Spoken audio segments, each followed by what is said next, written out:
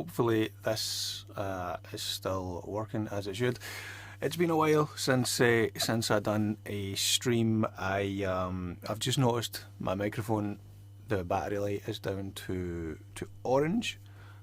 I'm not sure how long that will last, so if I all of a sudden go mute, please someone in the chat let me know. How we all doing? It's a cold February evening here in Glasgow.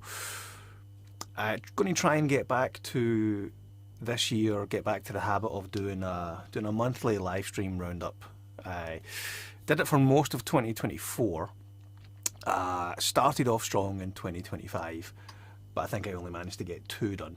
So we're going to try and make this a monthly stream where I basically go through everything I watched last month. I'd love to have the time to do full reviews for absolutely everything that I watch in any given month.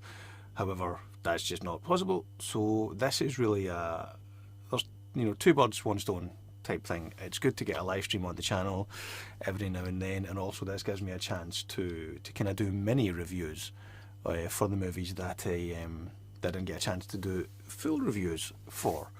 So on that note, let's jump straight into it and have a look at my letterboxd for January. If I can get the mouse over here. So technically the first thing it's not a movie, but I'm going to chat about it anyway. The Stranger Things 5 finale. Let's just bring that up full screen there. Yeah, Stranger Things 5 finale. This was it was mildly underwhelming, I would say. I think season 5 as a whole for me was mildly underwhelming. It wasn't bad, but it didn't live up to the hype. It was a decent ending, but I think season 4 for me is the peak of the show. I have a Stranger Things obsessed son in the house, and he was very much loving Stranger Things, has done for a couple of years. In fact, the only thing he asked for Christmas, genuinely, the only thing he asked for Christmas was to be allowed to stay up to watch Stranger Things when the episodes dropped, when Volume 2 dropped on Christmas Day. Here in the UK, it was actually like 1 AM on December 26th, and the only thing he asked for Christmas was to be allowed to stay up and watch all 4 or 3 episodes that dropped at 1 AM. So I let him. I think I managed to. I think I stayed up I think I fell asleep during the last episode on December 26th. Well, the evening of December 25th, morning of December 26th. And he, like a trooper, like a true fan, he stayed up to watch all of it. And then likewise for Hogmanay, for New Year's Eve, for the non-Scots, our plan was Stranger Things. The finale was at 1 AM here on technically January 1st. So we were at a friend's house for a kind of a mini party, just a friend who's got kids similar ages.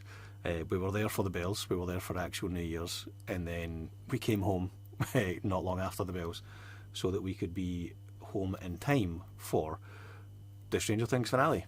Yeah, so we watched that January 1st, first thing we watched this year, and yeah, like I said, it was okay. Fairly big budget, obviously.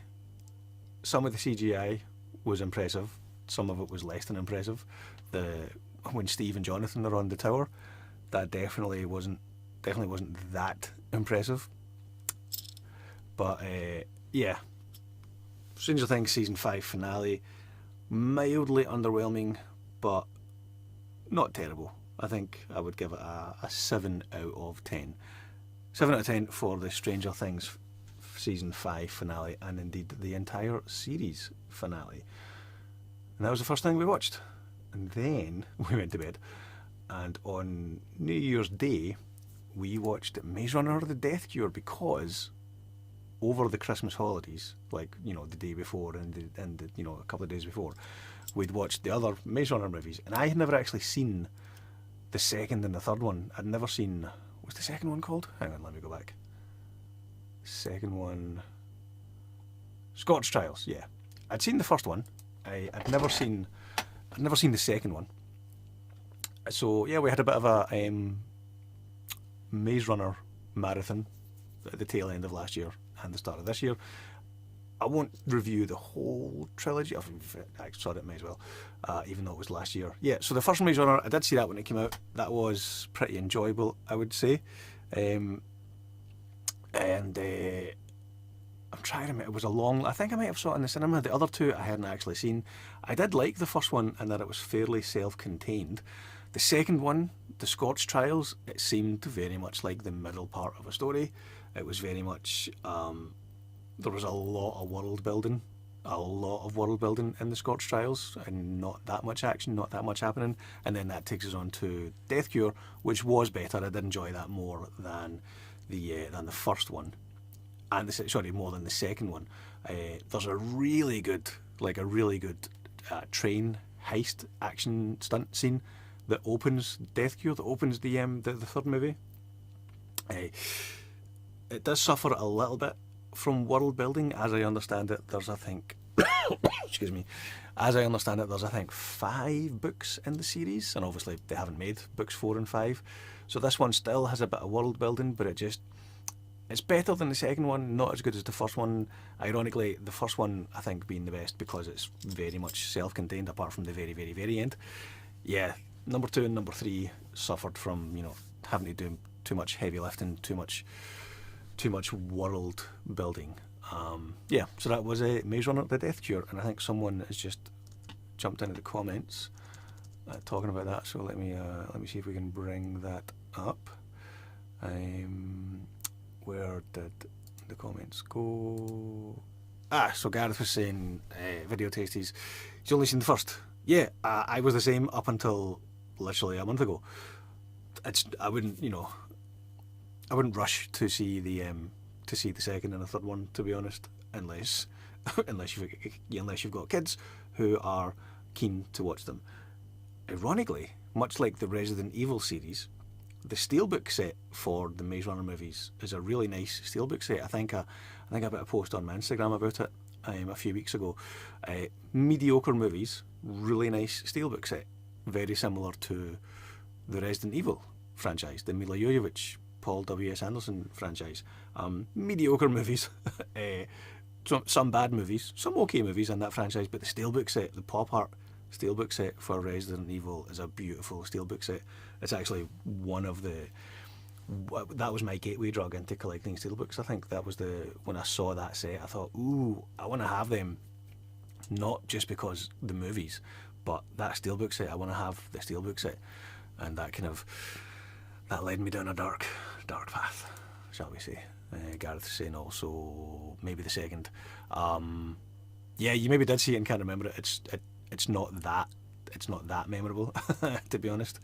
But yeah, that was Maze Runner: The Death Cure. It would have been nice to see how the franchise ended with books 4 and 5. One of my kids is quite an avid reader, so he's currently reading through all of the Hunger Games movies. He may start on the Maze Runner movies. I'm kind of pushing him to read them because I'm curious what the story is for books 4 and 5. I'm never going to read them. At best, I average a book every 2 years, and it's usually an autobiography or a book about movies. Yeah, so I'm never going to read them, but hopefully the kid will, and he can fill me in. Right, let's move on. That same day, this was good. The Long Walk. This was actually this was a first time watch for me. I missed it at the cinema. A lot of people gave it quite good praise, but it also had some detractors to it, shall we say. So it was one of the movies I never got a chance to see last year. Didn't get a chance to see it in the cinema. Decent looking steelbook, so I did a blind buy and picked that up, and yeah, really liked it. That's Google saying someone's at the front door. Can't actually see who it is. Do you know, I think it's an Amazon guy, and he's just left the parcel at the door, so we'll ignore that. Yeah, I really liked The Long Walk. Short, I think. What's the runtime? Does it say here? Doesn't say, does it? No. Oh, that's odd. Anyway, yeah, this was a surprise. I really liked it. It almost made, I would say, it was close to making my top 5 of 2025, of which there is a separate video. I'll link to that in the description below. But yeah, really enjoyed The Long Walk. I think it's under 90 minutes, or maybe under 100 minutes. It definitely didn't feel too long. I did wonder how they were going to, keep the audience engaged when essentially it's just people walking. But yeah, really enjoyed that. Really nice to see Mark Hamill playing against type. And something that I really, really liked about The Long Walk, was the lead character, the lead actor. He absolutely looks like your everyday guy. He looks like your everyday 18, 19, 20-year-old. Like, he's not got like perfectly coiffed hair. He's not got like, washboard abs. Or maybe he does. I don't think he took his top off. But like, he looked like a normal kid, a normal guy, and he acted like a normal guy, and that was really good. The other fella that's in it, I think Damson Idris, who's on a bit of a tear right now, he was really, really good in that as well. So that was one of the ones where I was quite. I don't usually do blind buys, and plus this one had fairly mixed reviews, shall we say. But yeah, really enjoyed it. It almost made, hang on, let me see if I can minimise that. Yeah, there you go. It almost made my top 10 of the year. Sorry, top 5 of the year. But it definitely made my top 10. Really enjoyed that one. Let's quickly jump into the chat here.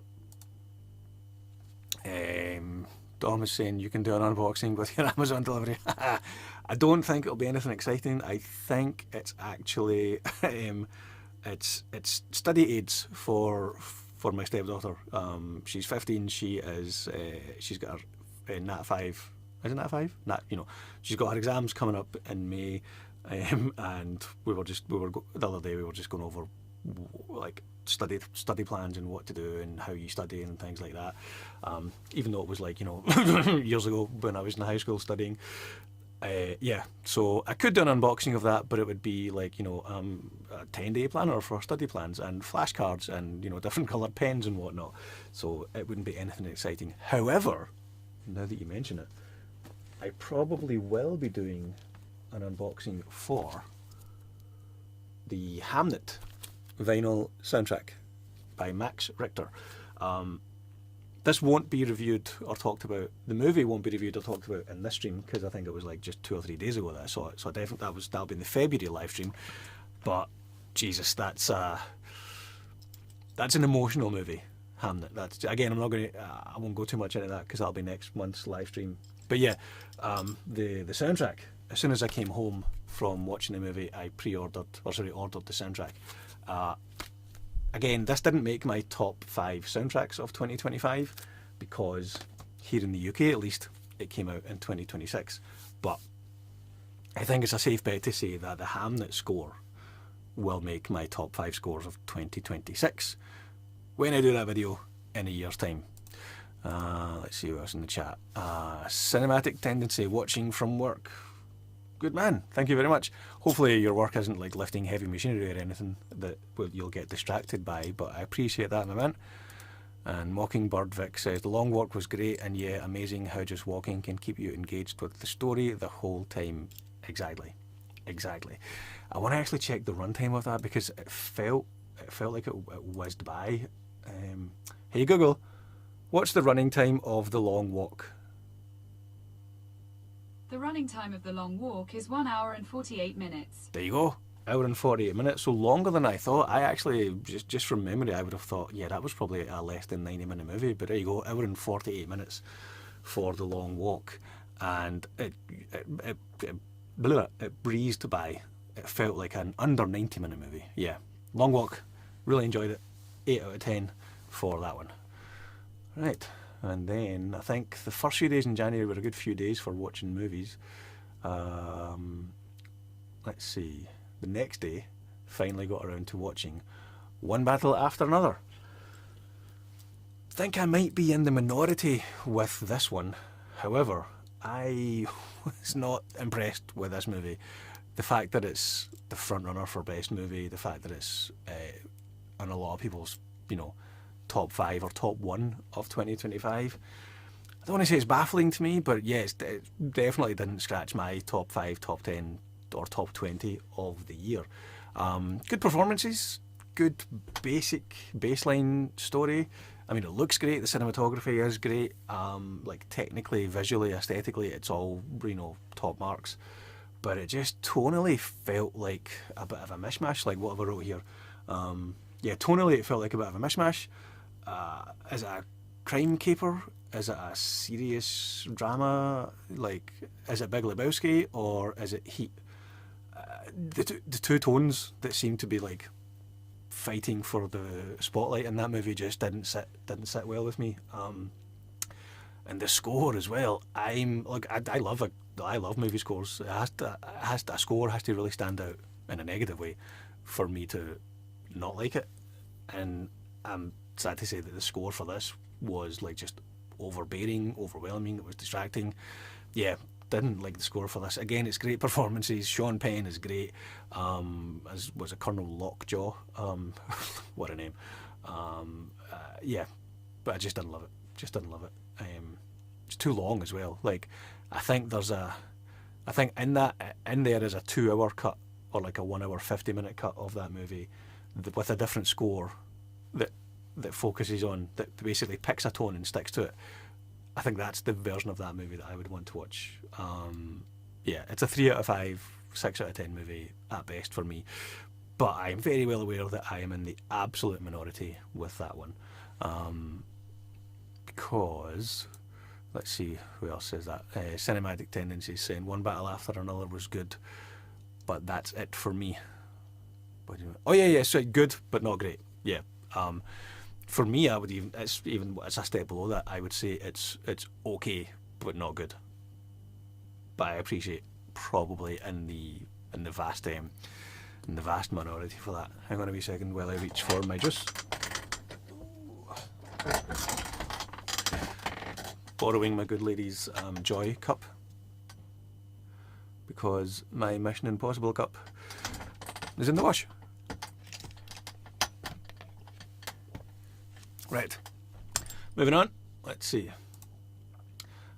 After one battle after another. Oh man, we watched The Smashing Machine. This was not a good movie, by any stretch. I gave it on Letterboxd 2 out of 5, so that's a 4 out of 10. I would maybe upgrade that to a 5 out of 10 just for the out of 10 rating system that I normally use, that we use on IMDb. But how they managed to make a movie about UFC boring is beyond me. The Rock, no, I'm not a Rock hater. I do think he's good in some movies. Obviously he's got the action hero shtick down fairly well. Comedic chops. The cameo scene at the start of the other guys is hilarious. Maui as Moana, at least in the first one, he's great in that. Wonder how he'll be in the live action remake. I'm really curious to see how that one turns out. But yeah, so I'm not a Rock hater. Look, I'm a wrestling fan to this day, still am. But this is not a good movie. Johnson and Blunt had absolutely zero chemistry, which is weird because, like, when you see them in real life doing the press tour and stuff like that, like, they have plenty of chemistry there. They're both likeable, charming people. But yeah, they had zero chemistry in this movie. The way it was shot just felt too distant. And I get that The Rock, Dwayne The Rock Johnson was Rock the Dwayne Johnson. He was trying to emulate the voice of the character, but his performance was bad. I didn't enjoy it at all. Something, I think I wrote this in my Letterboxd review, the funniest / most ironic / quite saddest thing about this is that Bas Rutten, who plays himself in this movie, gives the best performance in this movie, and that's saying something. Like, the best performances in The Smashing Machine are from the non-actors, which is mental because Emily Blunt is a great actress. The Rock isn't terrible when he's doing something that's within his wheelhouse. I was really expecting good things from this, given that it's one of the Safdie brothers. You know, they've got such a good pedigree of films prior to this. I was expecting much better things than I got with The Smashing Machine. Didn't enjoy it at all. And it takes a lot for me to give a movie 2 out of 5 or 4 out of 10. Like, it takes a lot for it to be that bad, but I'm sad to say that The Smashing Machine was that bad. Right, let's jump back into the chat real quick. Let's see, what do we have? Gareth Video Tasty saying, long walk and one battle after another, so hyped I avoided them like sinners. Ooh, does that mean you've still not seen them? In that case, I can recommend The Long Walk. I can recommend Sinners. I agree that Sinners was at the time of release slightly overhyped, but Sinners is one of those movies that I've actually enjoyed it on the second and third rewatch. I watched it a third time because I did some interviews with the people who made Sinners. I had an interview with Chris Welker, who did the sound, not the sound design, the production sound mixer. He was the guy on set recording sound for it. So I watched it again for the third time just the night before I did that interview, and each time I've rewatched Sinners, I have enjoyed it that much more. The score and the soundtrack for Sinners is phenomenal. Both, I mean, we're into February, so it's maybe too late to do it, but I was hoping to do a top 5 scores and top 5 soundtracks of 2025, and Sinners is on both of those lists. The score, in fact, have I got it here? Is it over there? Somewhere. The score album from Ludwig Göransson is brilliant. The soundtrack album as well, the songs, is brilliant, and the way that they blend together is brilliant. Again, when Sinners was initially released, I think that it was overhyped, and that kind of put me off a little bit at the beginning. Plus, there's no denying it does have a lot of similarities to From Dusk Till Dawn, and I love From Dusk Till Dawn. So I had a little bit of prejudice going in, but like I said, watching Sinners a second and then a third time, I have enjoyed it even more. So much so I think I upgraded my review from a 7 out of 10 to an 8 out of 10. So even though it is getting a lot of hype, it's not wholly unjustified. So I can recommend Sinners, I can recommend The Long Walk. With one battle after another, I would not recommend that. So there you go. Let's see what else. Rafa, I can't read the font that I've chose there. Rafa, we'll just call you Rafa, my man. Hello Scottish Geek, it's me Rafa. Greetings from Elderly Ridge, Cheshire in England. Hello from everyone on the channel, I hope you are all fine. That's a lovely message. Thank you very much, Rafa Philandro 9439. We'll just call you Rafa, mate. Thanks very much for tuning in. Box Office Brawler, how we doing, my man? Yes, finally live. Box Office has got a great channel. I've guested on, I think, 1 or 2 of his streams. I hope to do more, but I think time zones are always against us. He's over in America. I'm not sure exactly where, but I think he might be Central or West. Anyway, time difference is like 8 hours, so it means that we can't always connect. But thanks for stopping by, my man. And how much did that 6 Xenomorph cost? Yes, the Xenohead, that was actually not too bad. I actually picked that up. I think it was either on Facebook Marketplace or on eBay. So it houses, I think originally, the Xenohead there. Make sure I bring it down. Ooh. Careful. Ooh.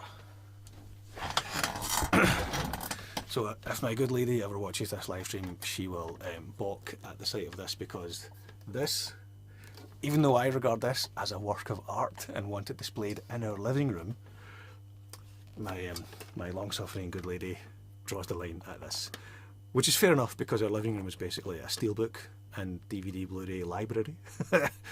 And she drew the line at the Xenohead. So in answer to your question, how much was it? I think I picked it up on eBay or Facebook Marketplace for about £90. I think it originally came with the DVDs.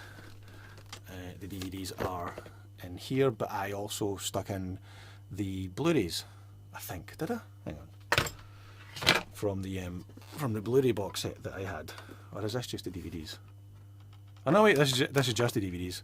So the Blu-rays will still be in the Blu-ray box set that I've got, and I also have the 4K copies of Alien and Aliens, as well as steelbook versions of all of those movies, multiple copies of each. So yes, big Aliens fan. In case you hadn't noticed, let me put Xeno back up where it belongs.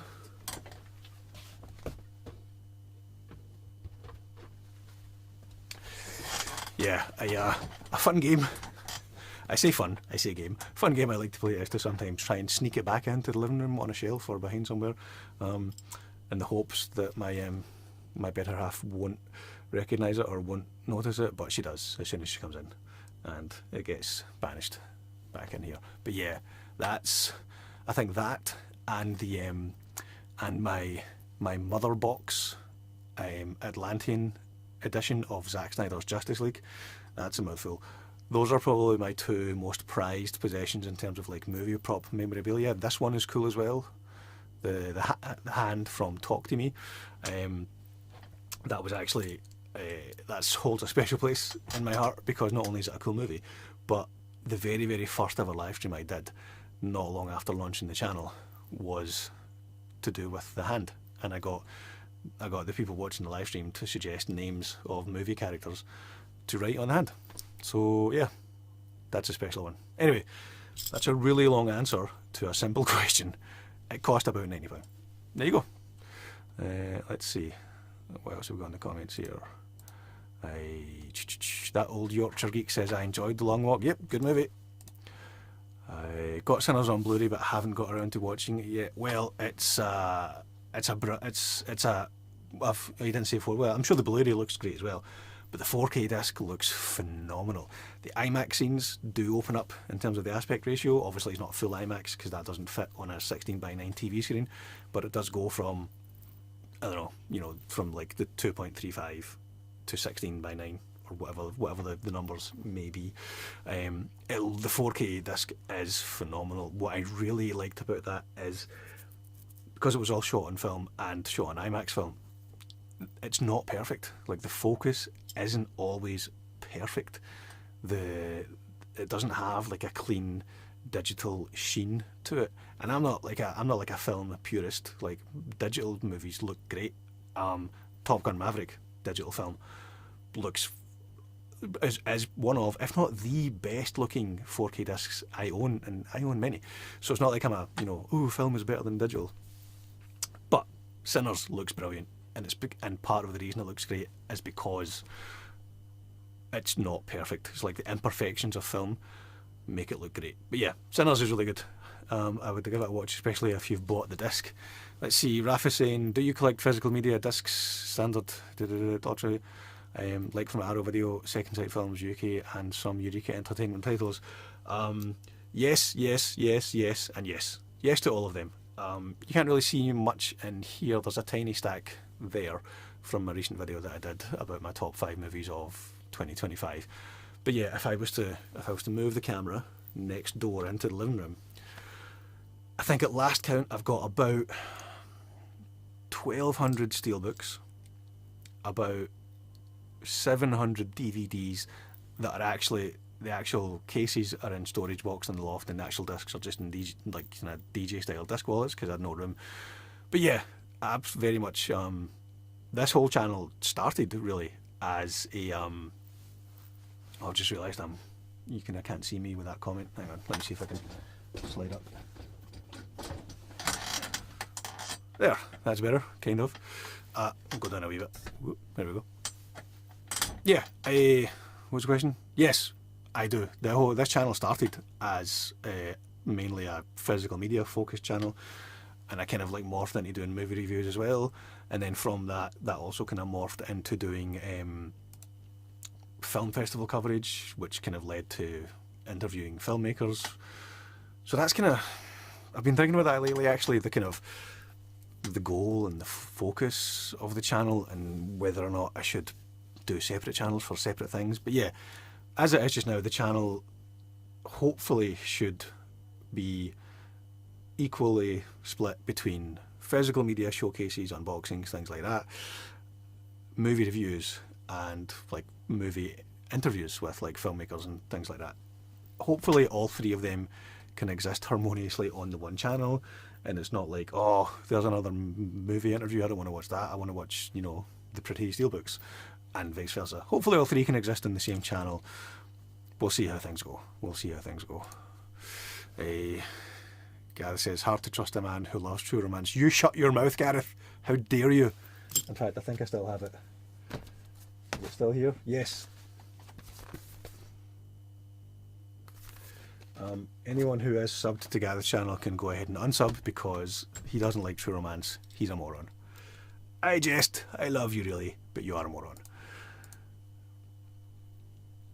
Oh, mate, thank you very much. That's very kind of you. I think that I think that actually might be the first like, what do you call it?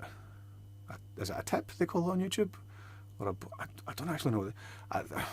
Anyway, I think you're the first one ever to send anything on a live stream. That's very kind of you, mate. Thank you very much. Thank you very much. Yes, that is cool. It is awesome. Any good discount websites for Blu-rays and 4Ks? Not really. It's getting worse now in terms of like importing from the States. There was something I was trying to get hold of. It wasn't a movie, but I'm a big vinyl soundtrack fan as well. Like I collect movie scores and movie soundtracks. I've got almost as much of them as I do of actual movies. I was trying to get, what was it? That's what it was. So they just announced the Sin City soundtrack on vinyl, and there's 2 or 3 different variants. There's a Mondo exclusive, which I think is just white or cream. There's a Enjoy the Ride Records exclusive, which is black and white. And then there's, in fact, let me just bring it up. That would probably make sense. Let's go back to this. Sin City vinyl soundtrack. Yeah, there we go. Right. No, go away. So there's 3 variants of this. This is only showing you one variant. This is the general one. There is a Mondo exclusive, which has got a cream record. Excuse me. And there's a Enjoy the Ride Records exclusive, which is black and white. And it was the black and white one, like split down the middle, that I wanted, because that kind of looked like the vibe of Sin City, even though you've got the red as well. But yeah, the cost of getting it shipped from America from these sites seems to have crept up to the point where it was like $40 for the record, but also $40 to post it. And I was like, ooh, I don't know how it would have been that dear. So yeah, again, an answer to your question, which is a simple question. No, don't have any good discount websites. I normally, for movies that I like, that I really want to own, I'll pre-order it as soon as it's released. Like the one I just got delivered today, or yesterday, there is Minority Report Steelbook. That actually came out in the States like a month or 2 ago, but it's just been released in the UK, so that was announced. I pre-ordered that, paid full price for it. For other movies that I'm thinking I'll want to own, but I'll wait until it comes down on sale, like some of the lesser Marvel movies, so I'm a huge MCU fan. MCU tattoo. There's an MCU Steelbook display wall over there. Again, thank you to my good lady for putting up with that. But the something like the Marvels, which wasn't a great MCU entry, I still need to own it, so I've got it in the collection. But I didn't pay £35 for the Steelbook when it was announced.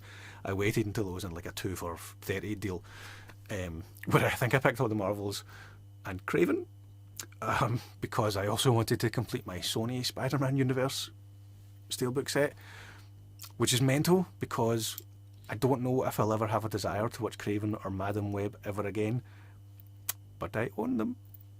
So yeah, no good discounts. I usually keep an eye out on eBay, like for certain ones that I'm keeping an eye on. I'll set up an alert on eBay. But here in the UK, you've got sites like Zavi and HMV, Arrow Video, those are the places that you'll get your kind of your exclusives usually from, and then other ones, like Target exclusives, Walmart exclusives. I'll either do a group buy from a Facebook page, or I'll wait until I can get one on eBay.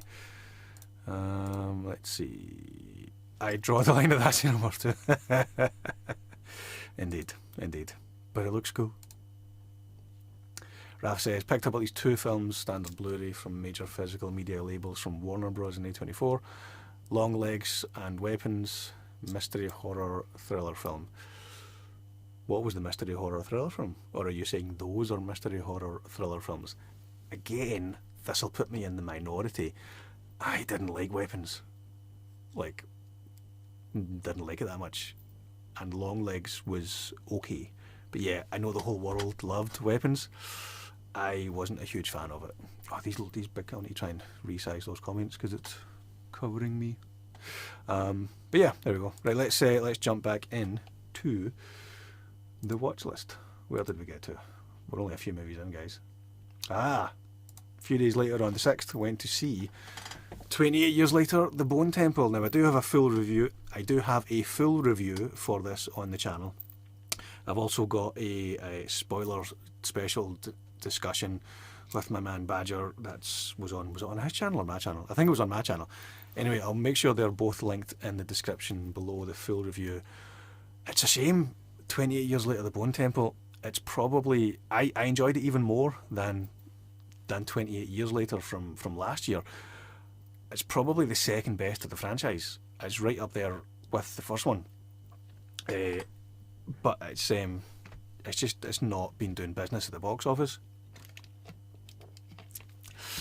And I don't know why. It's been getting pretty much great reviews across the board. I did wonder why they were releasing it in January. In early January, like it came out I think I saw it a few days early at a press screening, but I think it came out on something like the 13th, or the 10th of January. Anyway, definitely the first half of January it came out, which does seem like a bit of a dead zone to release a movie. I don't think that did it any favours. But yeah, it's a shame that it's just not doing that well at the box office. And I don't know, as far as I know, they haven't officially announced if they're going to make the third installment of the movie. But I really, really hope they do. I really liked the ending of that. Not going to spoil it. As I said, there is a spoiler video that I'll link to below. But where the third potential movie is going to go, I really, really, really want to see that. And I'm not sure if we will. Yeah, really enjoyed 28 years later, The Bone Temple. And it's just a shame that it's not setting the box office on fire. It didn't even need to set it on fire. It just had to do decent enough. But I don't think it has, which is a big shame. Big shame. Something that I really liked about it, that I kind of hope they continue with the franchise. It was a different director with a different vision. Obviously, Danny Boyle directed the first one. He also directed the third one, 20 years later. I cannot remember who directed the second one. Ooh, that's bad. Was it Fede Alvarez? No, it wasn't. Yeah, I can't remember who directed the second one, but what I liked is specifically the difference between 28 years later and 28 years later, The Bone Temple. What I really liked about that was you could tell it's same characters, a continuation, pretty much picks up from exactly where the first one / third one left off. But yeah, Nia DaCosta, who ironically I was slating her earlier movie, The Marvels. I think her vision was quite strong for this one, and I like how it looked and felt different than 28 years later, the Danny Boyle movie. Not better or worse, but it was very much... It was a more traditional feel and a more traditional look. Like, they didn't do the whole iPhone thing and the whole multi-iPhone camera rig frenetic thing. Like, I think that worked for Danny Boyle's story that he wanted to tell. I think the more grounded and traditional approach of Nia DaCosta's style worked 100% in favour of that story. But as I said, it's just a shame that it's not been doing gangbusters at the box office. And who knows if we'll see a part 3. Yeah. Okay, let's quickly jump through a few movies and then I'll jump back into the chat. So, from a movie that I really liked to a movie that I was less than thrilled with. Another movie that was quite divisive. Some people really liked it, and it ended on some people's top 10 lists of 2025. Definitely didn't end on mine. Eddington. Yeah, kind of like one battle after another. This one felt a little bit tonally all over the place. Like, is it a noir? Is it a caper comedy? Is it an absurdist comedy set during lockdown? Like it was funny, and like I think the first act very much sets it up to be like a kind of Fargo-esque comedy crime movie, almost over other Where Art Thou minus the singing. Excuse me. Hang on, let me take a wee drink from the Joy Cup. That sounds weird.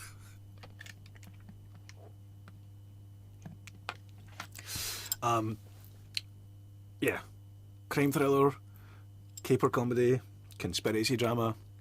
What movie are you trying to make here? I just didn't like it. Didn't dig it at all. It was just felt like a mash of those three things, those three themes. I mean, Joaquin was good in it. Luke Grimes was great in it. The guy from Yellowstone. He was good in it. I really liked him in it. Pedro Pascal, who's in everything. He was Pedro. He was fine. Yeah, that one was hard to get through. Just wasn't a fan of it at all. And I'm pretty sure, so it's Ari Aster, and I'm pretty sure he's the guy who did what was it, Midsommar and Hereditary, I think. Am I getting that right? If I'm getting that wrong, Eddington. Let's see.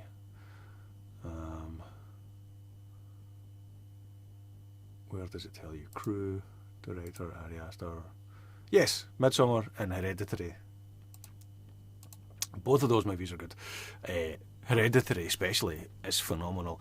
How Toni Collette didn't get any recognition for her performance in Hereditary is baffling, absolutely baffling to me, because she was brilliant in that. And I think of the awards bodies like the Oscars and the Golden Globes and all of that stuff, they don't tend to recognise horror, ironically, until this year, when they really recognise horror, and that Sinners gets more nominations than anyone.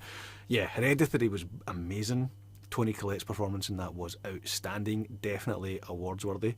Why am I talking about Hereditary? Yes, Ari Aster did Hereditary, did Midsommar, liked both of them, really liked Hereditary. Eddington, yeah, just didn't like that movie.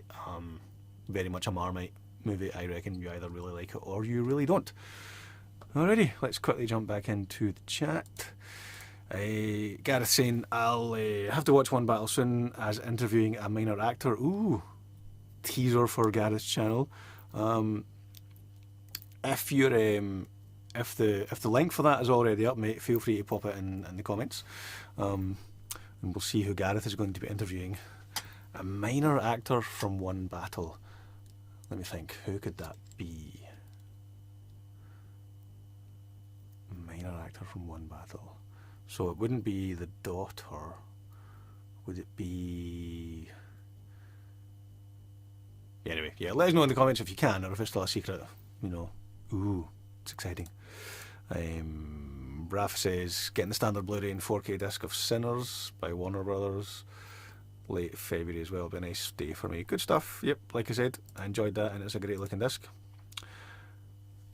Cinematic Tendencies asking, what movies are you watching this weekend at the theatre? Sadly, none. This is a work weekend. I'm working both Saturday and Sunday, so probably won't be seeing anything.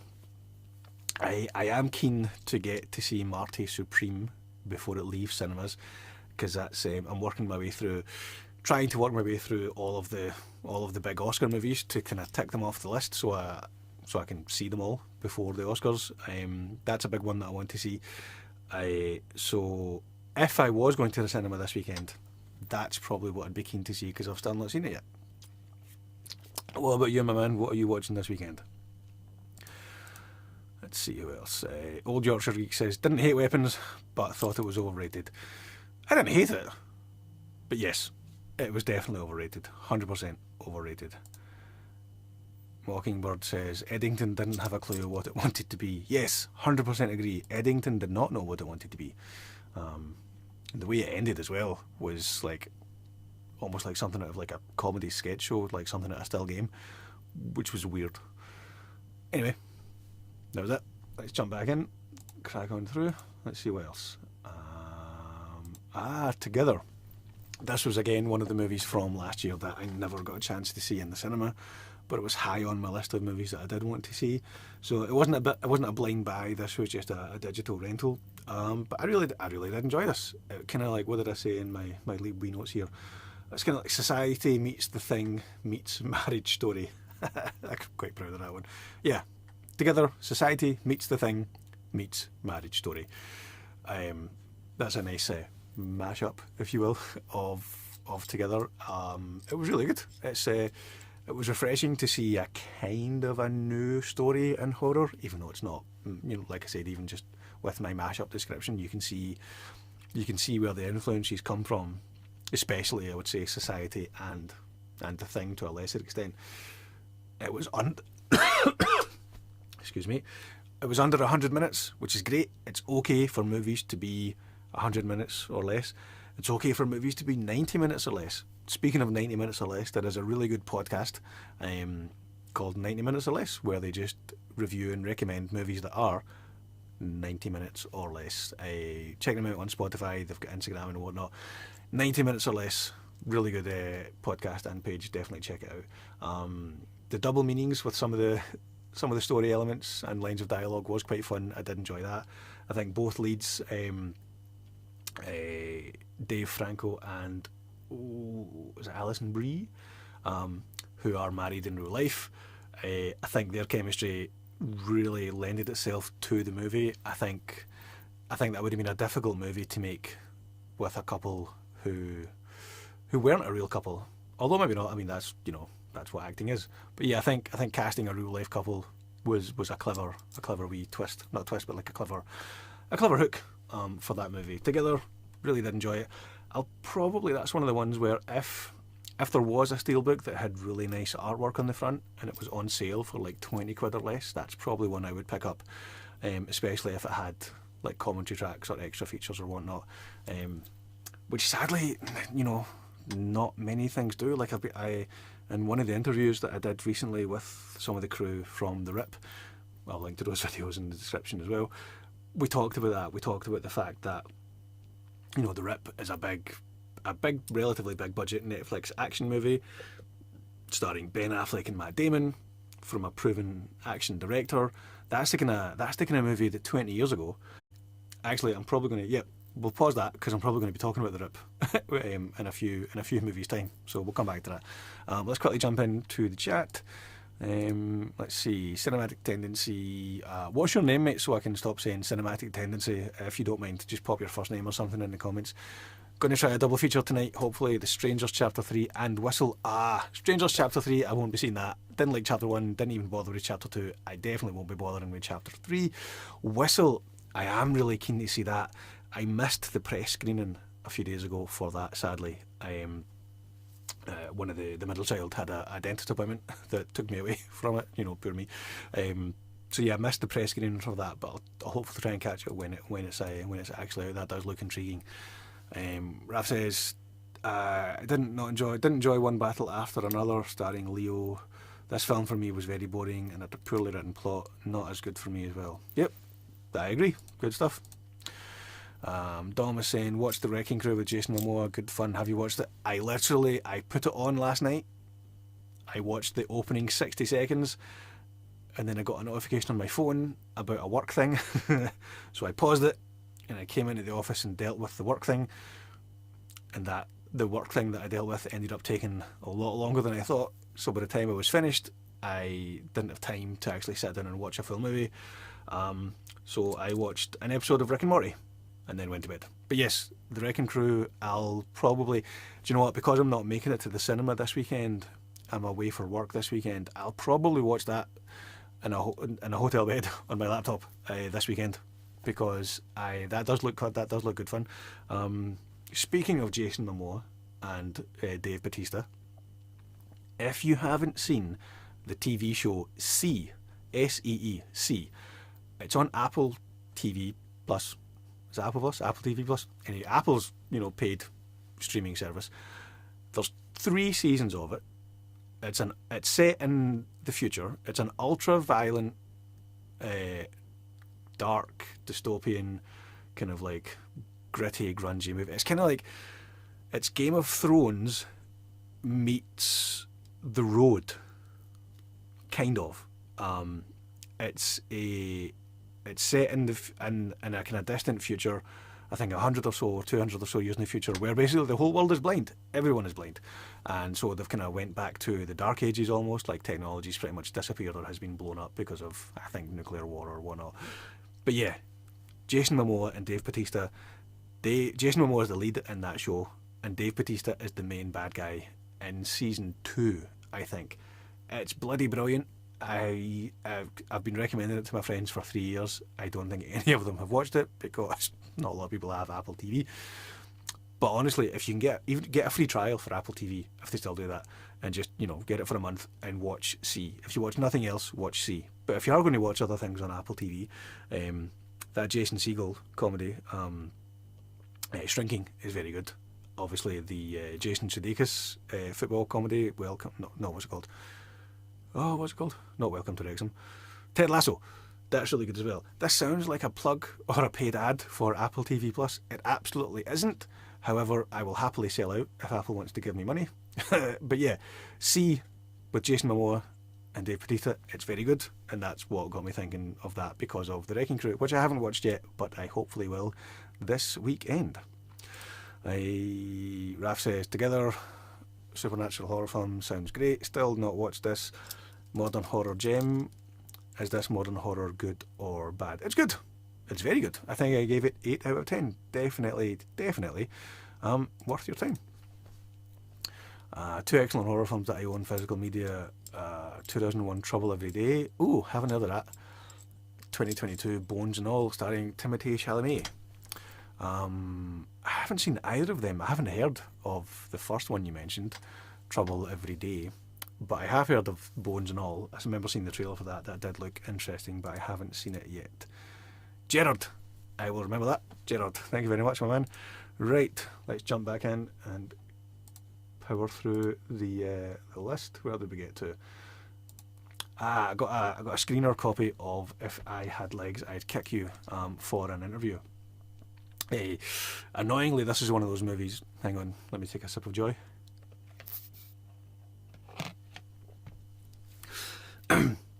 Annoyingly, this is one of those movies that the release window between North America and the UK was like 4 months of difference. Like, I don't think it actually is officially out in the UK until, I think it's this week, or this weekend, or next weekend. However, I can say that this is very, very good. Very, very good. I haven't seen all of the Best Actress nominated movies yet. However, of the ones that I have seen, I think Rose Byrne definitely gets my vote. This is absolutely a career best performance from Rose Byrne. The way this movie is shot, it's almost entirely like just a close up on her face as she goes about her life dealing with her sick child, or physically what's the word? Try to remember the PC word. Anyway. This is a great movie. It's a great performance. The way it's shot, it's so closed in and claustrophobic. Like, it's almost like the whole movie is kind of framed almost either like extreme close up like this, or like a close up like this. Like, I don't think there's a wide shot in the whole movie. You're with her for the whole movie. You're in her face and you're in her mind for the whole movie. And it's brilliant. It's brilliant. I think Rose Byrne deserves all the credit she's getting for it. I have recorded, but I haven't uploaded yet, an interview with the production sound mixer for that. That'll be on the channel hopefully within a week or so. That was interesting to hear how they achieved that technically, with it being like a lot of long takes and whatnot. But yeah, excuse me. If I Had Legs, I'd Kick You, really enjoyed that movie. Career best performance from Rose Byrne. Haven't seen all of the Best Actress nominated movies, but of the ones I have seen so far, Rose Byrne gets my vote. Let's see what else. Finally got around to seeing, even though this came out I think in April last year, Den of Thieves. Den of Thieves 2 Pantera. Gerard Butler, Scotland's own Gerard Butler, and O'Shea Jackson Jr. This is an odd one. I quite enjoyed the first movie, even though it's a bit of a Heat. I don't want to say rip-off, but it's definitely inspired by Heat. The sequel, this one, Den of Thieves 2 Pantera, this is an odd one because even though the title says Den of Thieves 2, and even though it's the same actors playing the same characters, they're not really playing the same characters. This is like they're playing the characters' behaviour and what they do in this movie and how they, and it's almost, yeah, they're playing completely different characters from the first movie. Like, it's very, very weird. I mean, Jackson and Butler are actually pretty good in this. There's actually a couple of kind of quite touching emotional moments to it, and it does towards the end, in the last kind of 5 to 10 minutes, there is quite a hefty emotional payoff to it. But the previous 2 in 2 hours and 20 minutes, because it is too long, I think it is 2 hours and 20 minutes, and that's easily 30 or 40 minutes longer than it needed to be. It just, yeah, this was an odd one. It says Den of Thieves 2, but it's not really. It's not really. The first one was a nice wee surprise. This one just feels like a bit of a bloated, confused smushing of ideas. Yeah. Sadly, Den of Thieves 2, didn't enjoy that one. And I'm kind of glad I didn't spring for the double steelbook set, because even though I liked the first one, I didn't like the second one. So I'm glad I just waited and watched it when it was on. I think it's Prime that it's on now. So yeah. Odd one. Wasn't that good. Would I give it 2.5? Yeah, 5 out of 10. That seems a bit fair. Right. Let's just see. Let's crack on. We'll do a few more and then jump back into the comments. The Rip. Okay, so now I can talk about that. What was I saying about the Rip? Yeah, so a full review for the Rip, I'll link to that below. I've also got an interview with the editor, a chap called Kevin Hale. That was a lot of fun. I'm really proud of that interview. And it's not uploaded yet, but I've just the other day recorded an interview with the cinematographer, Juanmi Asperos. That'll hopefully go on the channel. I'll hopefully get that uploaded before I go away for work for the weekend. But yeah, I won't do the full review because I've already done that. That's linked in the description below, or it will be.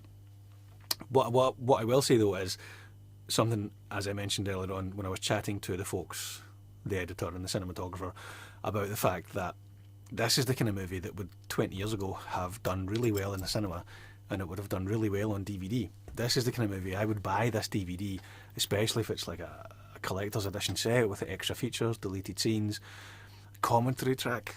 Like I would love to see a commentary track, or hear a commentary track with the director Joe Carnahan and Matt Damon and Ben Affleck. Like, I'd love to sit down and watch The Rip again, just listening to them doing their commentary of it.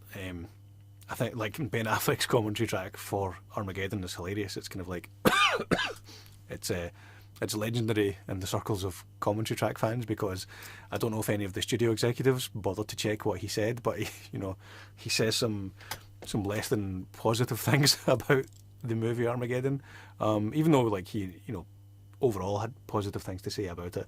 In his commentary track, he kind of takes the piss out of the movie a little bit, and it's hilarious. So yeah, I'd love to hear a commentary track on The Rip. But I don't think we're ever going to get that. I don't think we're ever going to get a physical media release of it. We're never going to get a cinema release of it, which is a shame. That's the kind of move. That's very much my kind of movie. A cop thriller, 2 great actors, a good action director. Yeah, as much as I'm glad Netflix exists to fund and provide this movie for us, but it's just they're only providing it on the small screen. And this is the kind of movie that I would have loved to have seen in the cinema, and it's the kind of movie that I would have loved to have bought and owned on DVD, on DD, Blu-ray, 4K, just, with all those extra features. But we'll probably never get that. But yeah, the full review for The Rip, I'll link to that below. We'll do one more and then jump back into the comments. Is this thing on? Okay. So this has just been released in cinemas here in the UK. I think it's been out in America for a month or two. Much like If I Had Legs I'd Kick You, there's a weird 8-week difference between release dates there, which I really don't understand. Studios and distributors, and especially in these days when people can pirate movies if they want. People have those dodgy sticks, which, you know, I'm not a fan of those things, but I know many people have them. So people who are keen to watch If I Had Legs, sorry, if I, Is This Thing On, or If I Had Legs, I'd Kick You, because of the big difference in release dates between North America and the UK. There's always that potential of, well, I can just watch it on the dodgy box. I don't recommend that at all, but I think one of the things that studios and distributors can do to kind of combat that is not have 2, 3, 4 months delay between a movie coming out in the States and a movie coming out in the UK. Anyway, Is This Thing On? I went in with quite high hopes for this, but those high hopes were kind of brought crashing back down to earth. I didn't enjoy this one that much either. I feel like I've given it 3 out of 5, 6 out of 10, and I think that's maybe a wee bit generous, if I'm being honest. So this is the story of... It's loosely based on the real life story of John Bishop, an English comedian. I think he's from Liverpool, a Scouser. Hang on, take another wee sip of joy. Yeah, loosely based on the true life story of John Bishop, an English comedian. The trailers make it look like a movie about a stand-up comedian. And while that is an element of the story, that's not what the movie is. The movie's more of a relationship drama than a stand-up comedy study. It's got more in common with something like Marriage Story than something like Funny People, or that movie about stand-up from the 80s with Sally Field and Tom Hanks, I think. Oh, what's it called? Can't remember.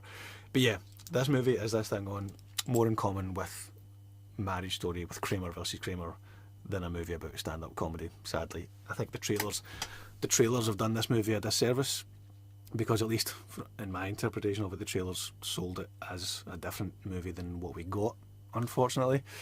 It's a great performance from Will Arnett. It's really great to see him doing an out-and-out serious role. Bradley Cooper on directing duties. I think he's a very well... Even though he's only done, 2, 3 movies now, where they do Star is Born, which I really liked. Maestro, which I didn't get around to seeing. And now this. I think he's a really good filmmaker. I just had a bit of a bee in my bonnet about the fact that this movie wasn't what the trailers made it out to be, but maybe that was just me. Anyway, Is This Thing On? Will Arnett is great in it, but it's a relationship drama. It's not a movie about stand-up comedy. So if you go into it knowing that, maybe you'll have a better time than I did. It spends as much time with Laura Dern's character, his wife / ex-wife, in the movie. It spends almost as much time with her as it does with him. And don't get me wrong, Laura Dern is great. I love Laura Dern. She's in Jurassic Park, so she'll always hold a special place with me.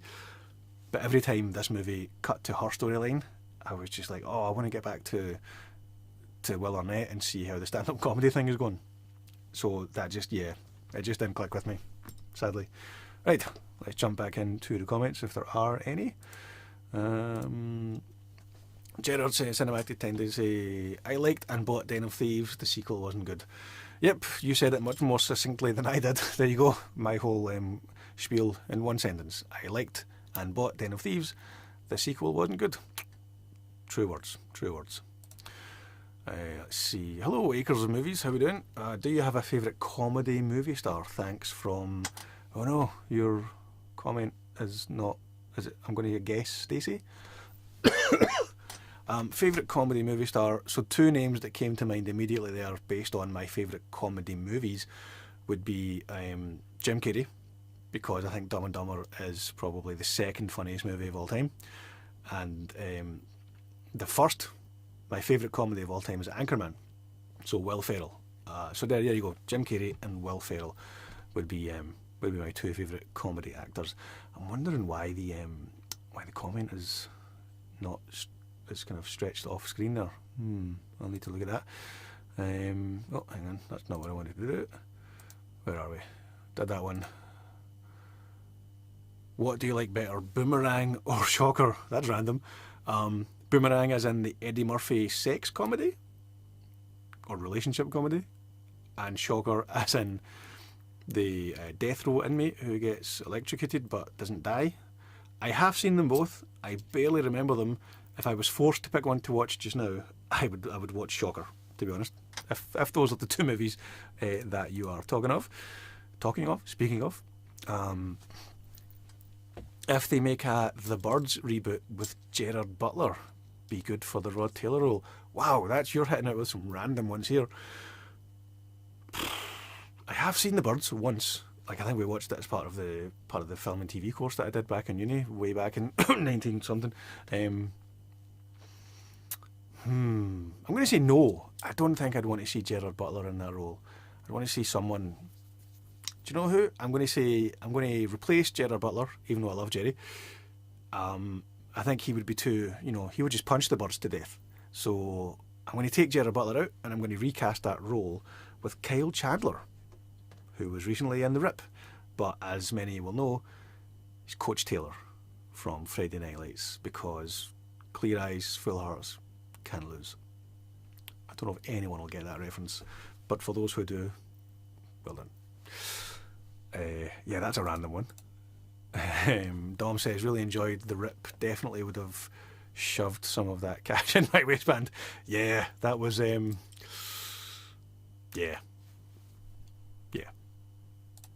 So would I. If you could run Sony, would you we're loving these random ones, acres of movies. If you don't mind, pop your first name in as well, so I can call you that as well. If you could run Sony, would you reboot Krull, and who would you get to direct? Would I reboot Krull? Yep, why not? Who would I get to direct? Do you know what? Let's stay on point with The Rip. This channel is going to sound like it's, paid promotion for The Rip and Netflix. It's not, but again, I'll happily take their money.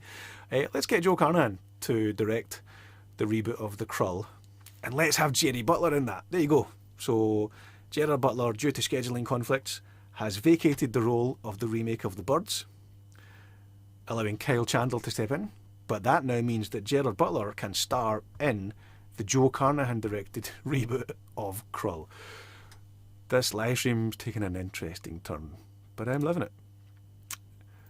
Would you like a Grumpy Old Men reboot with Will Ferrell and Jim Carrey? Yes, that's a good idea. January and December, November, ones from last year. Mastermind, Song Song Blue, those were terrific. Also Send Help. Again, haven't seen Send Help. I missed the press screening for that, but I'm keen to see it. Song Song Blue, I haven't seen that one either. Mastermind, I don't even know what that movie is. Do I? Also, new one, H is for Hawk. A Falconry movie was good. I have heard good things about that. They talked about that on the... so I was right, Stacey. Thank you very much. They talked about H is for Hawk on the Empire Film Podcast. I think they interviewed the lead actress, whose name escapes me, and that has intrigued me. I would like to see that. Just based on the interview alone, I've not even seen the trailer, but based on what the guys on the Empire Film Podcast said, along with the interview, definitely want to check that out. Thanks, these are great from Stacey. Thank you. These are some brilliant randoms. Keep them coming. But I'm going to jump back into the letterbox page here. Where did we get to? So we saw this thing on, and then on that same day at the screenings we saw Primate. This is not good. I think it's out now. I think it came out last week. Yeah, this was... Some people did like it. The screening that I was in, there was some die-hard horror fans, I think, sitting literally next to me, and they liked it. If you are a die-hard horror fan, you pretty much love any horror movie, you probably like this. It's gory, but it's just I don't think it's a well-made movie. It's gory but not scary. Most of the time, it looks like a small person in a chimp costume, and I think that's actually how they filmed it. And I think for some reason they're promoting that and highlighting that fact as if it's a good thing. It's not a good thing. It's laughable. It was laughable to me. It's a typical, teenage horror movie, teenagers trapped in a house, stalked by a scary bad guy. But instead of Michael Myers, instead of Jason Voorhees, instead of Ghostface, it's a chimp. Now, I know, look, I'm not saying that chimps aren't scary. I appreciate that a fully grown chimp is like 10 times stronger than your average human and probably could rip your face off. And that happens in this movie. Spoilers. But that doesn't mean it's a scary movie. And this just isn't a scary movie. So, yep, didn't like Primate. 2.5 out of 5. So was that 5 out of 10? And again, I think I'm being generous. That's probably going to get downgraded to a 4 out of 10 if I do when I catch up on the scores for IMDb. Yeah, Primate. Didn't dig it. We'll do a couple more. Right, let's get to the end and then jump into the chat. Begonia. Again, trying to catch up on all of the Oscar movies. Even though this has got great performances from the two lead actors, lead actor and lead actress, Jesse Plemons and Emma Stone. And it's, the fourth or fifth time that Emma Stone has worked with that director, and I think the second time or the third time that Jesse Plemons has worked with this director. This is a weird movie, but not a good movie. Now, Poor Things from, I think, 2 movies ago from that director is weird and good. Begonia is just weird, not good. Really good performance from both lead actors, as I said. But yeah, this one just felt like weird for the sake of weird instead of weird but good. That's probably, all I'll say about that.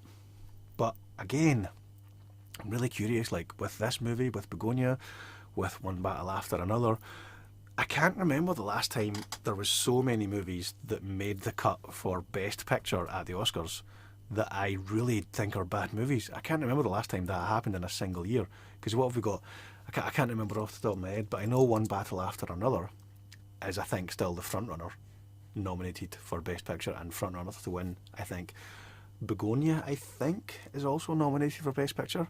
Yeah, I can't remember the last time there was, 2 or 3 movies that I scored less than 5 out of 10, or about 5 out of 10, that are probably going to win Oscars. Maybe I'm just getting old and grumpy. But I didn't like Begonia. Begonia. And then Hamnet. Now, I was going to do a full review for this, but I'll probably just clip what I'm going to say here and put it out. This is a very emotional movie. I don't want to go into spoilers. I actually went into this one cold. Like, I don't think I'd seen any trailers. I saw the poster. I'd heard a few people in interviews talking about it. I knew roughly what the story was. But yeah, went into it fairly cold. And cried a lot. I genuinely, the last scene in this with that famous track from Max Richter on The Nature of Daylight. I was chatting with someone today on Instagram and we were talking about the score for Hamnet and talking about how that track is fairly overused because I think it's been around for 20 years. I mean, it's an absolutely beautiful piece of music, but it has been used quite a lot. But I think the best use is in this movie. It fits that scene perfectly. It hits all the notes that it's supposed to hit, pun intended. And yeah, that last scene, the content, what's happening in the story, combined with the performances, combined with that music. I genuinely, I cry at movies all the time, like at the drop of a hat. Like, me crying at a movie is not a rare occurrence. However, I honestly cannot remember the last time I have sobbed, sobbing at a movie. And that's exactly what I did when I was watching Hamnet. It's the score, like I said, the score is so good. It's hauntingly beautiful. I think I've not pedantically, but I've wrote that in my wee review there. So on the one hand, I sobbed like a baby. The performances are great. The score is great. However, on the other hand, I did feel like I was held at bay a little bit. And I can't quite. I've been thinking about it a lot since we've seen it. I will. If they bring out a decent physical media release of it with like features and you know, not to bang on about commentary tracks, but if they bring out a disc with a commentary track on it, I will 100% buy that movie because I'd love to listen to Chloe Zhao just talk about the making of that movie with the two lead actors. Ooh, that would be great. Yes, please do that. Whichever studio is in charge. Anyway, even though great performances, great score, great visuals, something about the movie just felt like it was keeping me at bay from like really giving myself over to it, for lack of a better phrase, if that makes sense. It felt like there was a barrier stopping me from really getting into it.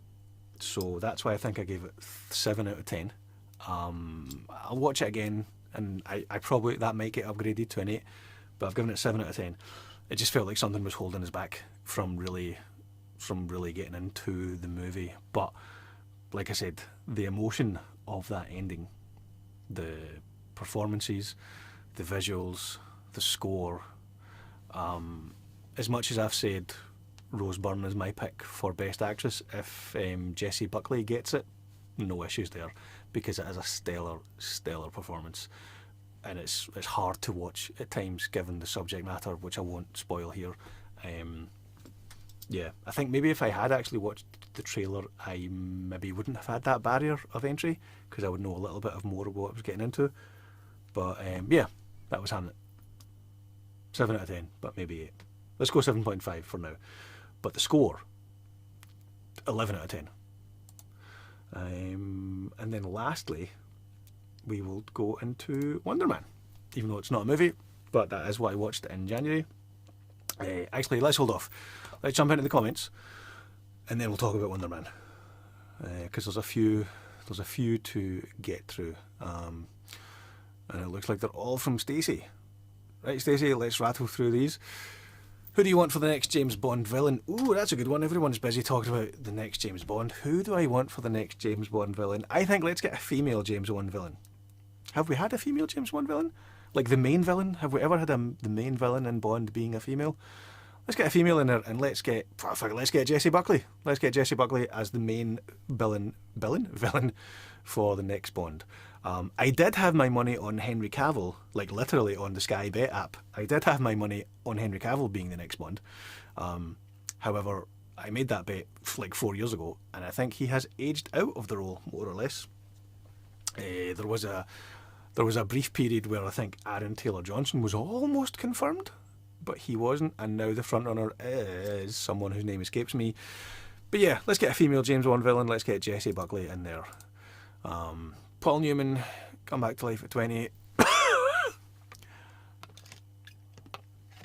He's like, should I be in the MCU? Who would you cast him as? Paul Newman. Wait, so Paul Newman as a 20-year-old in the MCU? Let's have him. So probably after or during Secret Wars, we're probably going to get a soft reboot of the entire MCU. So let's put Paul Newman in. 20-year-old Paul Newman. Let's have him as Cyclops in the rebooted MCU. Really fun reviews, thanks. What are the ones you're most looking forward to for February and March? It's got to be Scream. Is it 7 we're up to now? It's got to be Scream 7. Yep, looking forward to that. Very much looking forward to the return of Stu. I've said all along, you know, even though he got a TV dropped on him, and even though it was a 90s TV, therefore it was a big fat CRT TV, which I remember, I had them.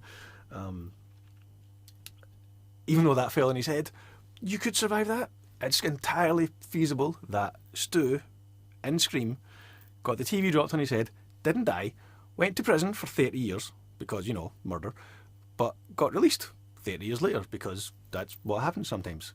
And that fits the timeline. So that's, yeah.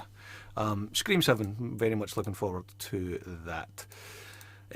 Steve Martin calls you. He's like, he's tired of Hulu show he's doing. He wants to be a big time villain. Cast him in a Western villain or what? I'm going to say no to that one. I don't think I would buy Steve Martin as a bad guy. He's too adorable to be a bad guy. Dom says, what file? I'm guessing you mean film. What film are you really looking forward to seeing? I want to watch Epic in the new Scream film. Just mentioned that Scream. Also, with all those steelbooks, would you ever do a room tour? People have yes. It's the way they're laid out, and they're in the living room. So I would need to kick the family out or do it during the day or something. So I wouldn't do a room tour because it's just my living room. But I probably will do a wall tour because they're all pretty much against the one wall. I do have. But I say that they're not actually. They're against 1, 2, technically 3. Yeah. No, 4. Actually, yeah, it is the whole room. Okay, I'll do a room tour. We'll get that organised. Do you want a biopic for Kevin Feige where Jesse Plemons plays the lead role and he starts conceiving of the MCU? It's like The Social Network. No, but I do want to see a Funny or Die style comedy, SNL style comedy sketch of that. Christ, there's a lot to get through here. Hang on, Stacey. We'll get through them all. Hamnet was best of the nominated movies, in my opinion. Have you seen that one? I think it should win. Hope it pulls the upset. You must have typed that before I talked about it. Have seen it. Yep, great score. Not sure about the movie. Something held me back from loving it, but I was sobbing like a child. Highly recommend Song Sung Blue. That's one of the best movies of the century. Wow. Best movies of the century, so one of the best movies of the last 25 years. That means you're saying it's better than Endgame, which I highly doubt, but that's just me. Definitely should have been nominated for Best Picture. I don't care either way. That's the one. Am I right in saying that's the Neil Diamond tribute act movie with Hugh Jackman? It looks fun, Audience is spoken. Will you see Devil Wears Prada 2 opening weekend? I love that movie. I'm so excited. I'm going to 2 of the premiere events for that already. It's going to be huge and lead to another sequel with a question mark. I'm not a huge lover of the first one. Not that I don't like it. It's not. I think the ladies in my family really like that movie. Yeah, it's okay. I won't be desperate to see the second one, if I'm honest. That's one I would happily wait until it ends up on streaming, to be honest. Yeah, not a huge, it's not that I dislike it, I'm not a fan of it. Hamnet, best ending for some, best sequences for sure. Yep, 100%. The boy from Hamnet will be in the new Exorcist, along with Lawrence Fishburne and Chiwetel Ejiofor. I did not know that, but I did notice that the guy who plays the actor who plays Hamlet in the movie Hamnet, I'm pretty sure it was the kid from A Quiet Place. And when you look at the credits, the kid who plays Hamnet in Hamnet has the same last name as the guy who plays the actor who plays Hamlet in Hamnet. So I think they might be brothers, maybe? Or maybe that's his son. I'm not sure how old that kid is. I would imagine they're brothers, but they've got the same last name. I think Noah Jupe or Jupe. So myself and my good lady, we did notice that because they look alike, and then you're like, oh, they've got the same last name. They must be related. Yeah. I want a commentary track for Hamlet as well, also for Send Help and Song Sung Blue. Some of those commentaries would be great. I don't know if they make them as much anymore. They don't. God damn it. Sadly, they do not make commentary tracks as much anymore. Yeah, I would take a commentary track for absolutely every movie. Lawrence Kasdan, do you like Grand Canyon or Big Chill more? Don't tell anyone. I haven't seen either of those movies. Shh. Jesse Buckley for the next Bond villain, that's terrific. Yes! Now, one of my pals is a big Bond fan, so I'll text him to double check. But I don't think there's been a female Bond villain. There should be. I know there's been, as a main villain, I know there's been kind of anti-hero type, two-faced, female characters, so to speak. But I don't think that, I'm pretty sure that there has never been a Bond movie where the main villain is a female. and I think they should do that. Readapt the true events of Alpha Dog or Lords of Dogtown first. Lords of Dogtown, that's the movie about the birth of the skating scene, I believe, isn't it, in the 70s? And Alpha Dog, is that the one with, you've got Bruce Willis and Sharon Stone in small roles, but it's mainly Anton Yelchin, the late great Anton Yelchin, I think, and Ben Forster. I think Alpha Dog, if that is the right movie I'm thinking about, I don't think that needs a readaptation. I think that movie is great and recent enough. Just, re-release that. That's a good movie. Can you briefly rank your favourite Oliver Stone movies, Christ?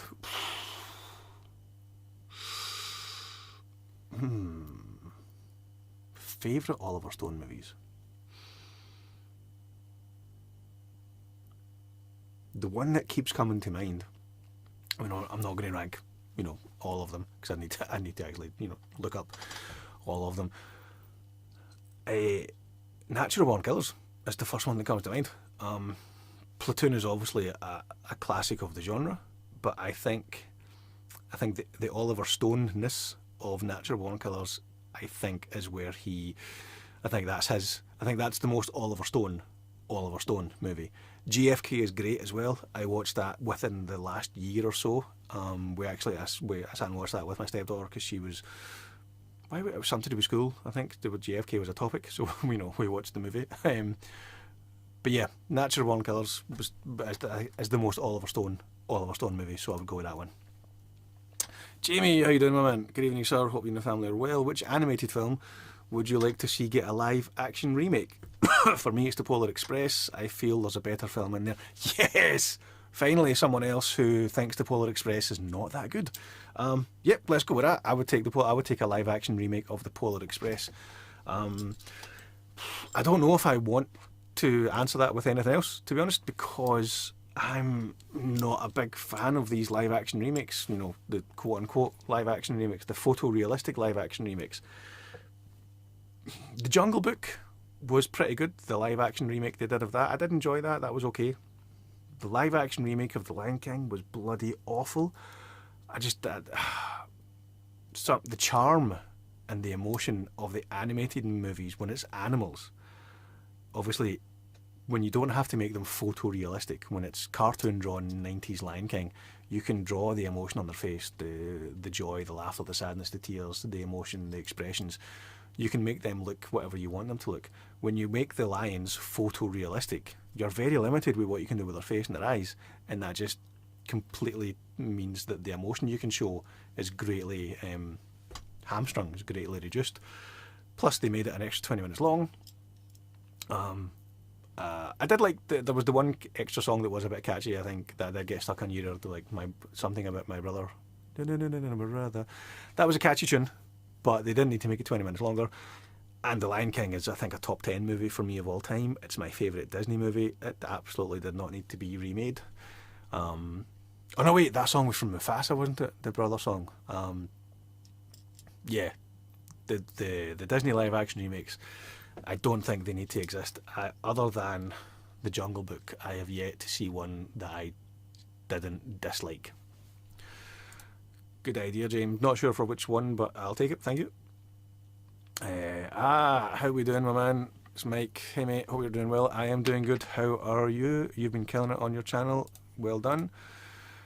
Stacey says, who would you cast for live action Jack Skellington? That's funny you mentioned that, because I just got, and haven't even opened it yet, a new version of the vinyl soundtrack for The Nightmare Before Christmas. It is a, don't know if it'll focus on that, Zoetrope version, so very much looking forward to playing about with the camera settings for that. The Nightmare Before Christmas is actually my son's, I think it's his second favourite movie of all time, behind The Dark Knight, so proud of him for loving The Dark Knight.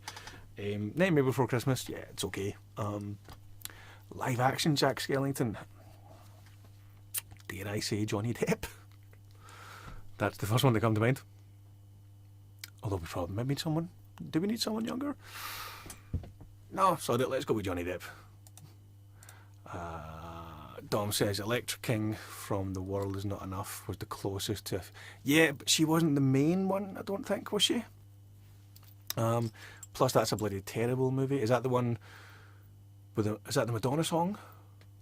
And is that the one with the terrible CGI surfing with Halle Berry, or am I thinking of another one? It's such a shame that the Pierce Brosnan Bond movies just start so strong and then just slowly get pish. Like GoldenEye is brilliant. Like that's so Pierce Brosnan is my Bond. GoldenEye is my favourite Bond movie.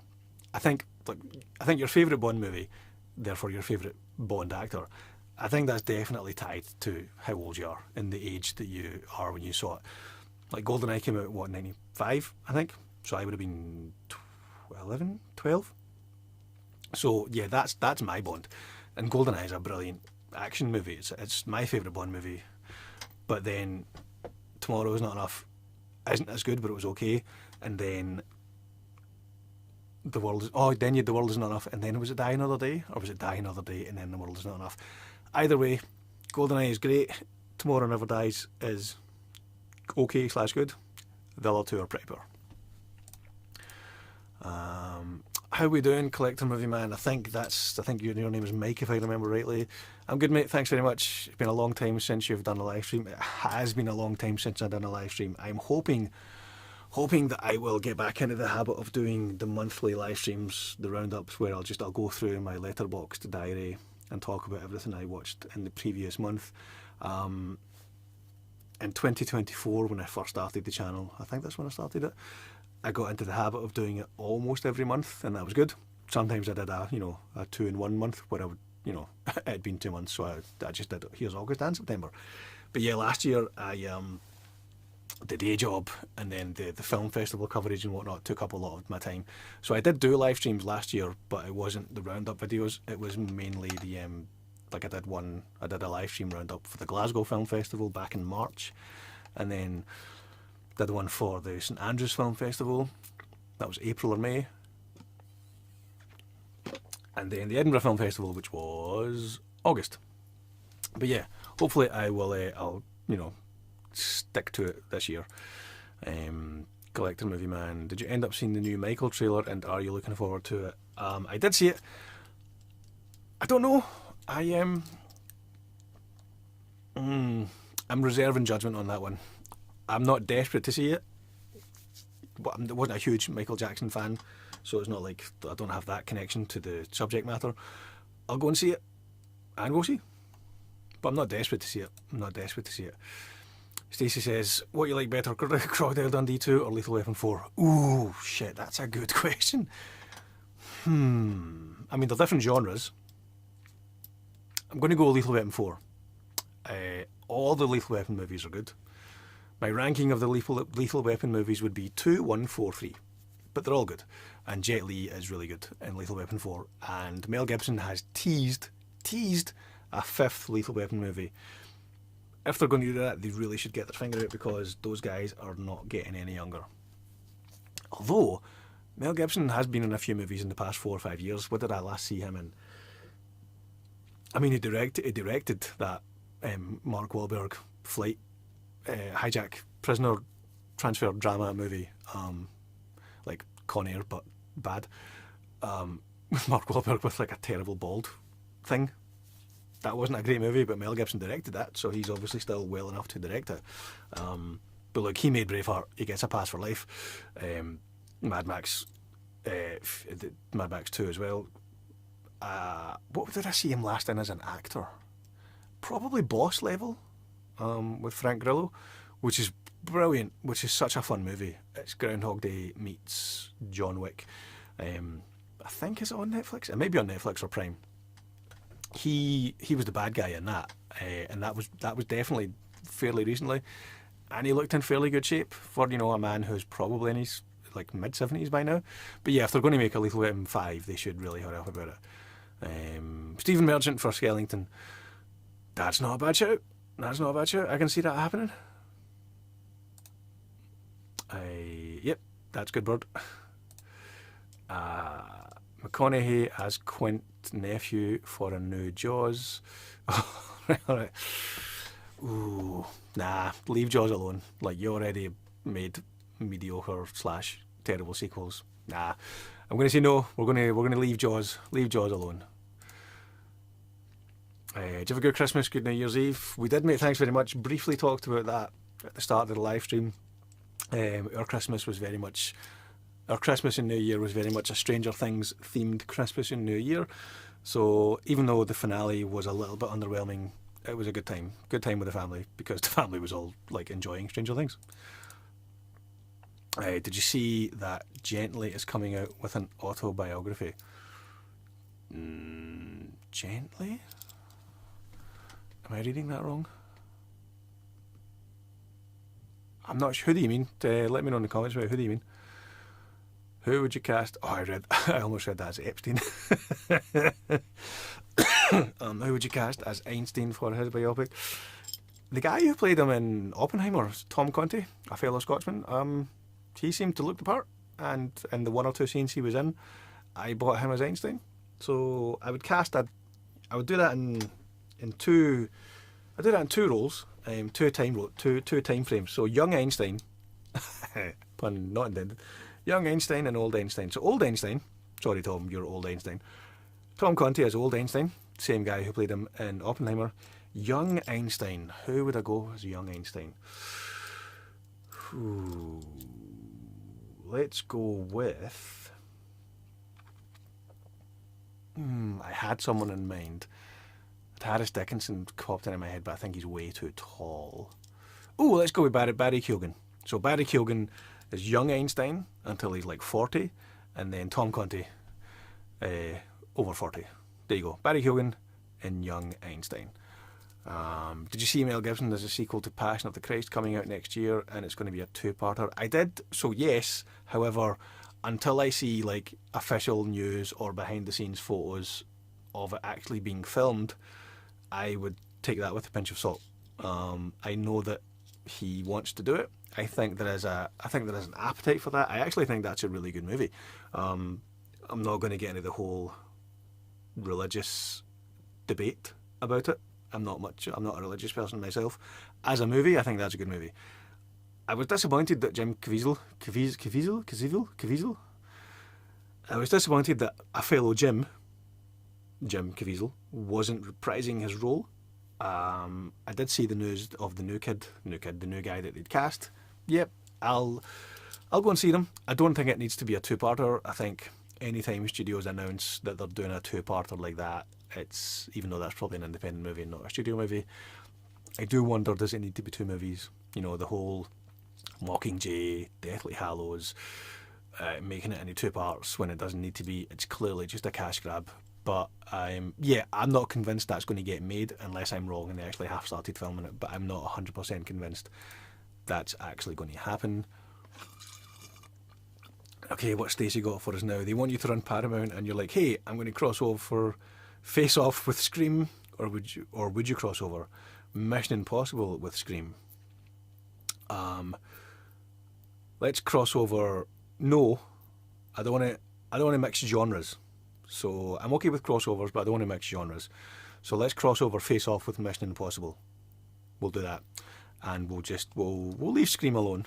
Or no, what would we cross over with Scream? Let's bring, what's a good modern horror franchise? So we need a modern horror franchise to cross over with Scream. Nothing that's supernatural, but we need a modern. I'm going to throw that back to the comments. So Mission Impossible and Face Off, they're crossing over.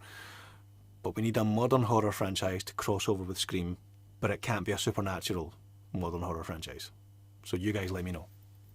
Scream and insert here. Scream Possible with Tom Cruise and Ghost. Sorry, I meant jelly. Yeah. Wait, did you mean, so that are they making a movie about Jet Li, or is he wrote an autobiography? Because that would probably be a book that I would pick up and probably take 4 years to read. But yep, I would probably pick that up. Like I've got the Val Kilmer autobiography like over a year ago or 2 years ago. I still haven't started it yet. I will eventually. A new Jaws, absolutely not. Leave perfection alone. I mean, they've already bastardised it with the sequels, so the cat is out of the bag for that. But yeah, I don't think I don't think they need to do any more, and I don't know exactly what's happening with the rights for Jaws, but I imagine the clout that Spielberg has, I think he has the clout to say no more Jaws. Good Einstein pick, thanks, thank you. Who's your favourite action star? I mean, it's got to be Arnie. Like, I'm a child of the 80s. It's Arnie, but, without a shadow of a doubt. What 90s comedy do you want a new special edition for soon, and what special features? Ooh. I was going to say The Mask, but they kind of did bring out a 4K release of that. I don't know what the special features were, though, but I know they did bring out a 4K of that. Probably Dumb and Dumber, although I think I'm sure I've got a Region 1 DVD of Dumb and Dumber. But yeah, let's do a 4K restoration of Dumb and Dumber and a new commentary track between the four main guys. So you get the two Farrelly brothers, the directors, Jim Carrey and Jeff Bridges. Yeah, Dumb and Dumber, a new 4K restoration, commentary track, and a retrospective documentary and a commentary. And in that retrospective documentary, you're going to interview, modern comedy stars and older comedy, everyone who wants to say nice things about Dumb and Dumber. Yeah, there we go, Dumb and Dumber. He wrote an autobiography. I will have a look at that and add it to my watch list to buy and read in about 4 years' time. Oh no, we did that one, sorry. Yes, leave Jaws alone. Same with Back to the Future. Yes, absolutely. Again, I was talking to someone on Instagram about this. Nope, we do not need a remake of Back to the Future. They already made 3 pretty perfect movies. Well, they made one perfect movie into... They made one perfect movie, they made one really, really, really good sequel, and they made one pretty good sequel in the third one. Don't need to touch Back to the Future. If you want a new fix of Back to the Future, go and see the musical. The musical is brilliant. Go and see that. But we don't need a remake. The one thing I would maybe the one thing I would maybe agree with is a mini-series of Back to the Future. But it's not a reboot. It's a legacy sequel, I think is, what the people in Hollywood call it now. So it's a legacy sequel mini-series, like a 6 or an 8 episode mini-series. And you bring back Marty and Doc. You bring back Michael J. Fox and, oh my God, how can I forget Doc Brown's name? Christopher Lloyd. I don't know what the story would be, but yeah, a mini-series. I'd go with that. I'd go with a mini-series. I cross-screen with Prowler. The Prowler. I haven't seen The Prowler, so I need to see that first. Arnie, let's say, make a new Last Action Hero, make it even more meta. Rothman, Sony, say yes. I can see that. I can see that. A modern, postmodern Last Action Hero. As long as Arnie is involved. He doesn't need to be the lead. But I want more than a cameo. I want more than a one-scene cameo from Arnie in that movie. He needs to be in at least 5 scenes. So, a supporting actor. Doesn't need to be the lead. A supporting actor. Dumb and Dumber Special Edition. Do you make a collector's edition of the Dog Fan? That is a fucking, pardon my French, that is a genius idea. Yes, that's what you do. The slipcover for the Dumb and Dumber Special Edition is the Dog Van. Well done. Kudos to you, Stacey. Kudos to you. I liked 3 Jaws sequels. What? Oh, right. I like 3 Jaws sequels. One set in 1776, where Paul Giamatti plays Ben Franklin, and he stops the shark with electricity like in Jaws 2, and then part 2 would take place in the 2040s. I have questions. The first one being, is there electricity in 1776? The second one being, did Giamatti already play Ben Franklin? And the third one being, are you high right now? If you are, that's okay, because I'm loving these questions. But yeah, interesting.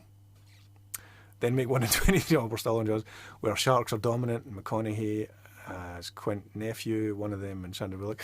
So I think they've kind of already made these movies in a roundabout way in the shape of the Sharknado movies. The Sharknado heptology or sextology, because there's 6 of them.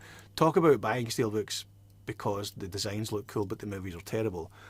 They're next door. If I could grab them, I would. But yeah, I've got all 6 steelbooks of, or I think they're technically metal packs, of the Sharknado franchise. So I think we've already covered that with the Sharknado franchise, for better or worse.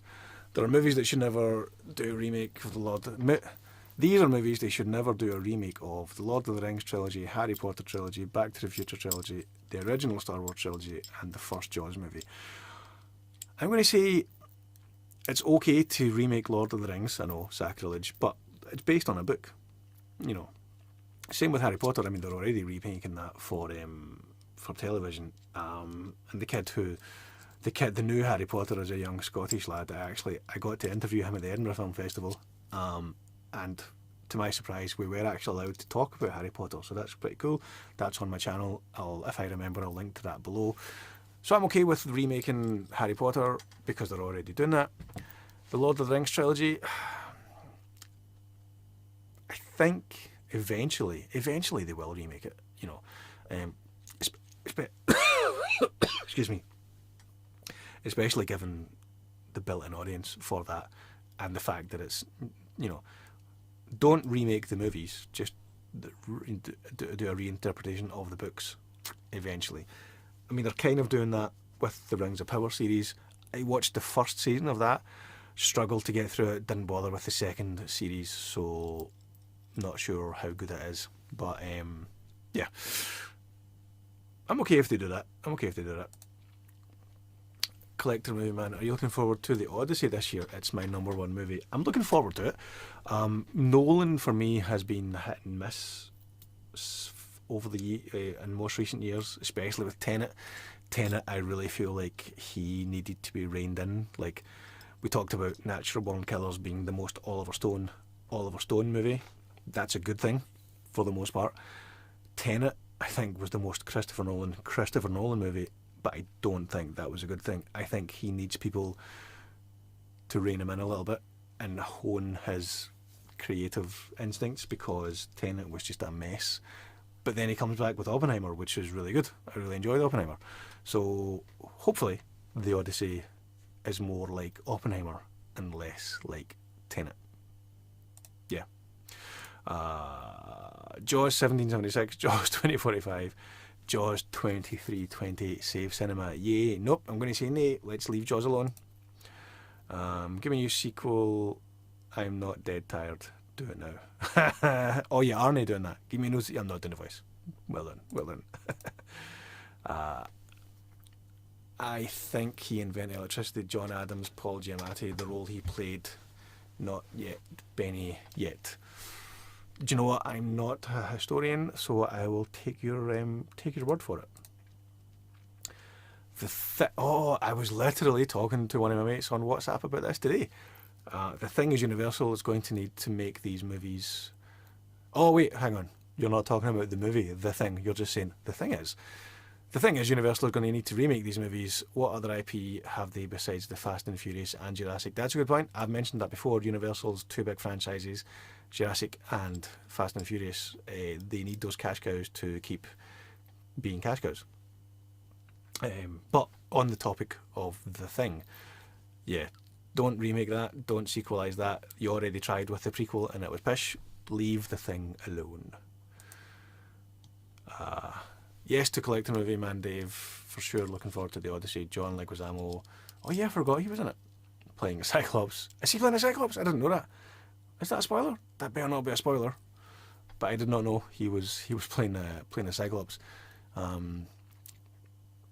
Kino will pay you in 300 Blu-rays at a time from each decade. You do a commentary for all.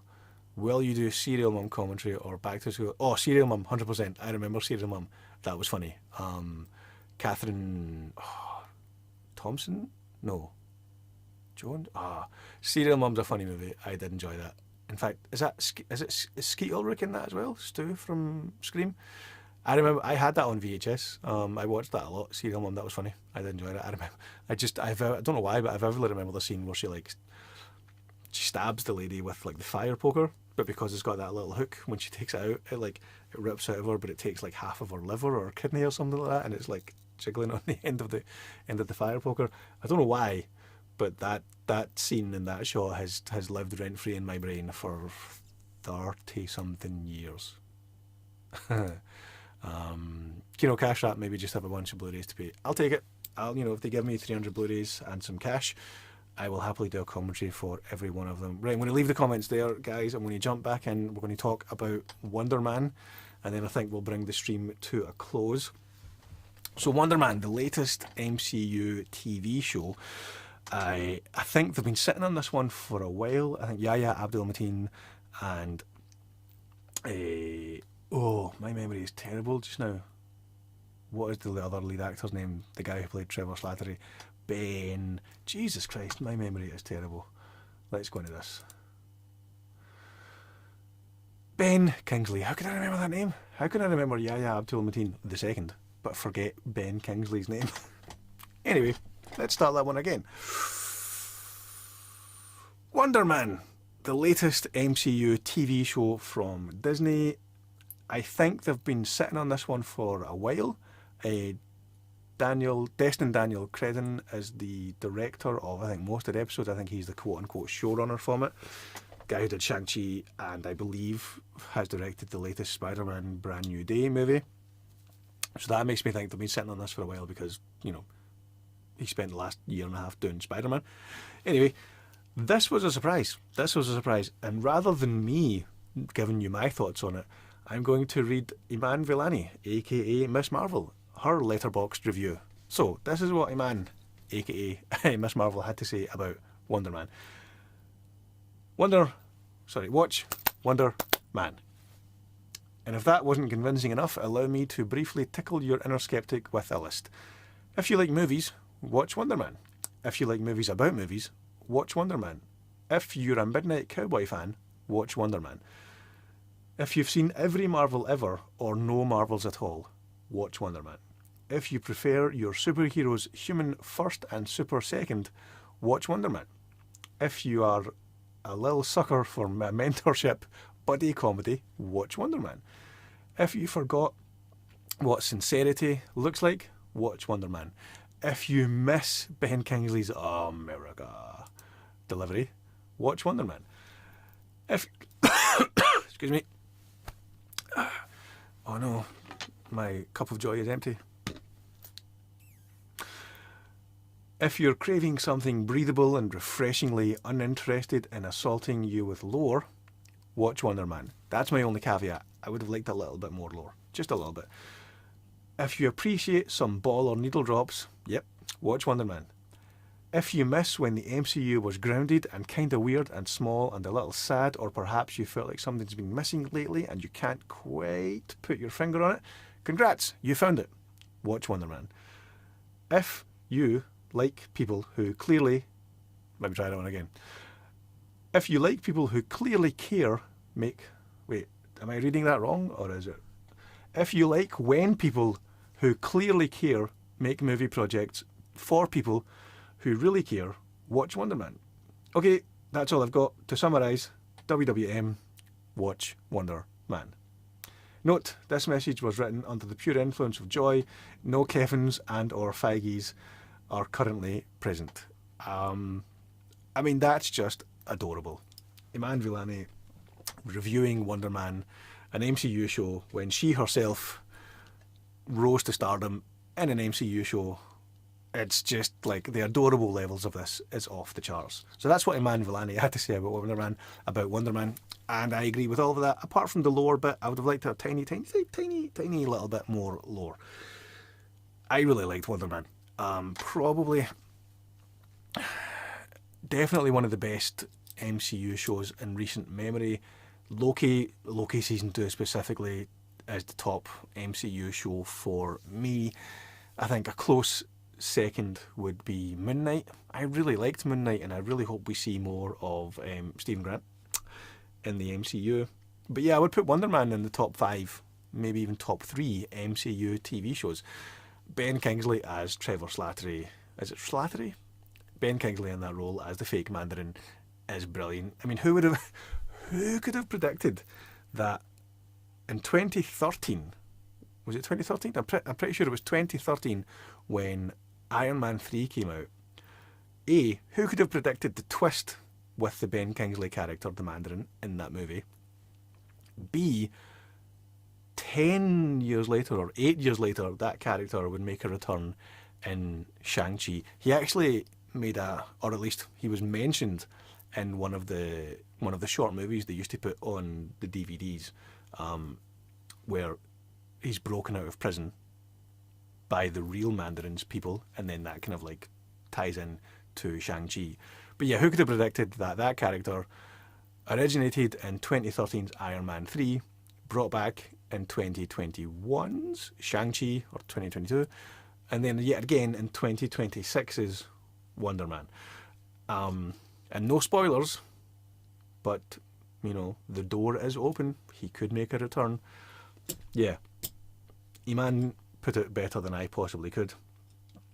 What I will say about it is, technically, visually, this looks unlike any Marvel show or any Marvel movie. This looks like a 70s movie or a 70s TV show. It's shot in scope. It's like, you know, cinema scope 231, whatever you call it. You know, you've got the black bars at the top and the bottom. I don't know if it was shot on film, probably not, but it looks like it was. It's got that kind of grainy, filmy look. Even the font that they use for the title card with the Roman numerals copyright at the bottom, everything about it has a look and a feel that is the opposite of recent Marvel movies. As much as I'm a die-hard MCU fan, and always will be, Endgame is my first/second favourite movie of all time. I have an Endgame tattoo. I love the MCU. However, cinematography-wise, like looks-wise, especially in the past 5 to 10 years almost, I would say, or at least, you know, the past 5, 6, 7 years, there's been almost like a universal look to these movies. And I don't mean that as a compliment. Now, it's not like they look bad, and it's not like they look cheap, because they're absolutely not cheap. But there's an odd, uncontrasty, flat, universal look to most of the MCU. And this was just a visual breath of fresh air. So yeah, really enjoyed Wonder Man. Check it out. It's fairly standalone, which is nice. It is quite episodic, so you can just watch one at a time. You don't need to binge it all, which again is nice. And that's kind of the point of a TV show. I think some of these TV shows, the MCU shows, some of them forget that they're TV shows and they can be episodic. You don't have to make a 6-hour movie and just chop it up in 8. You can make it episodic, and that's a good thing. Anyway, Wonder Man, really enjoyed it. And that takes us to the end of what I watched in January. Let's quickly jump back into the comments before we call it time, because that's been 2 hours. Thank you very much for sticking with me. Let's see what randomness Stacey has for us before we go. I'll send you my most recent video I did if you want to check it out. You can, Scottish Geek Guy. Sure, no worries. Feel free to pop it in the comments or send me a DM on Insta. Have a good day or night across the pond. You too, my man. You too. And Stacey, what's your favourite Michael J. Fox movie? What's your Michael J. Fox movie Mount Rushmore? You can only use one Back to the Future movie and one Teen Wolf movie. Well, he's only in one Teen Wolf movie. So obviously we're going to put Back to the Future 1 up there. We'll put Teen Wolf up there. The Frighteners and Doc Hollywood. There you go. So, Michael J. Fox, Mount Rushmore. Off the top of my head, without really thinking about it, so I've probably missed a few obvious ones. But yeah, we're going to go Back to the Future, we're going to go Teen Wolf, we're going to go The Frighteners, and if you haven't seen The Frighteners, definitely check it out. And Doc Hollywood. Michael J. Fox, Mount Rushmore, those are my 4. Thank you very much for tuning in, guys. This was good fun. Stacey, thanks very much for all the random ponders and questions and what-ifs. Loving them. This was good fun, guys. I will try my best to do one of these. Excuse me. Do one of these every month. But my voice is going. My cup of joy is empty. We'll call it a day there. Thanks very much, everyone. And I'll catch you in the next one.